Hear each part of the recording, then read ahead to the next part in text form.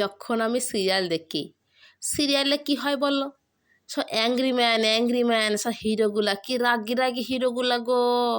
হিরোইনটাকে কি রাগ করছে, হিরোইনটাকে ফেলে দিচ্ছে দুমড়ে মুচড়ে, এই তো ওড়না নিয়ে নিল, এই তো জামা খুলে ফেলছে, কি যে করছে সিরিয়ালে, কি মারছে, হ্যাঁ, দু থাপ্পড় চর থাপ্পড় মারছে, তার সঙ্গে অন্য কারোর সঙ্গে প্রেম করছে।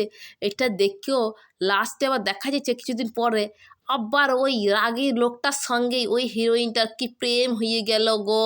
এই প্রেম আঠা আঠা মাখো মাখো হয়ে গেল। এ তো কেউ আর ভুলবার মতো নয়। আর সবাই দেখো এইটা খুব পছন্দ করছে, সিরিয়ালে পছন্দ করছে। বাস্তব জীবনে কি করছে দেখো, বাবা বরটা যদি এমন করে এখন রাগি থাকে, কিচ্ছু করতে হবে না তাকে, শুধু দুবার রেগে রেগে কথা বলবে বউটার সঙ্গে বাস। যদি বিয়ে করার পর পর এমন হয় দেখো, ডিভোর্স কত যে হবে কি বলবো গো। কোর্টে গিয়ে শুধু ডিভোর্সই দেখতে পাবা, সব উকিল শুধু ব্যস্ত এতেই থাকবে। আমার বরই দেখো না, আমার বিয়ে পরে দেখো না, অ্যাংরিম্যান বটে, তো আমার বর যখন একটু রাগ দেখায় গো, যদি রাগ দেখে কোনো কথা বলেছে, থাক তোর ঘরে, কবে তোকে ছেড়ে চলে যাও বুঝবি ঠেলা তুই। এমন করে আমিও বললি, তাই ভাববি সিনেমা নিজের জীবন আলাদা গো, রিয়েল লাইফ পুরো আলাদা।